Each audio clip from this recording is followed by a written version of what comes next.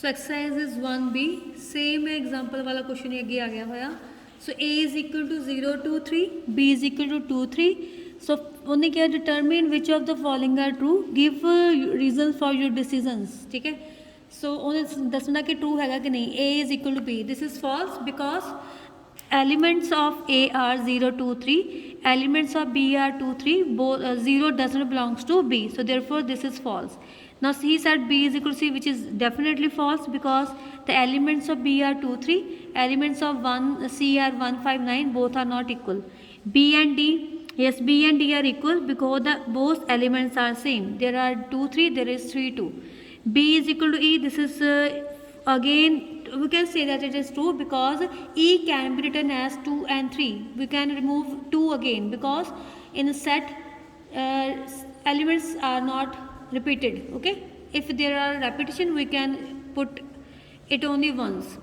So A intersection B is equal to B intersection C, this is true because A intersection B is 2 and 3, because intersection means you have to check the common element. A ਤੇ B ਚ common कौन हैगे आ, 2 3 हैगे आ, ਤੇ B ਤੇ A ਵਿੱਚ ਵੀ common हैगे आ 2 3 ही हैगे आ। A union B is equal to B union A, ਇਹ ਵੀ true ਹੋਣਾ। ਤੇ A minus B ਦਾ ਮਤਲਬ ਕੀ ਹੁੰਦਾ ਸੀਗਾ ਕਿ ਅਸੀਂ A ਦੇ ਵਿੱਚੋਂ B ਨੂੰ ਮਾਈਨਸ ਕਰਨਾ ਹੈ ਨਾ।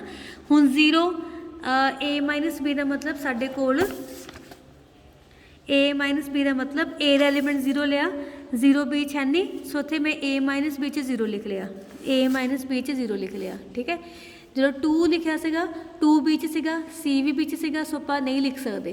जे मैं यही माइनस B A करा वो बन जाना 5, क्योंकि B के सारे एलीमेंट A दे विच हैगे आ, ये 5 बन जाऊगा, दोनों इक्वल नहीं हैगे, सो इसका मतलब A minus B is not equal to B minus A। ठीक है, सो नेक्स्ट इज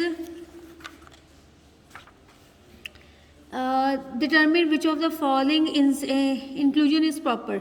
दसना कि असी इन प्रॉपर की हुंदा सीगा, प्रॉपर असी कीता सीगा कि वड्डे सैट दे विच एक एलीमेंट घट्टो घट्ट ज़्यादा होवे।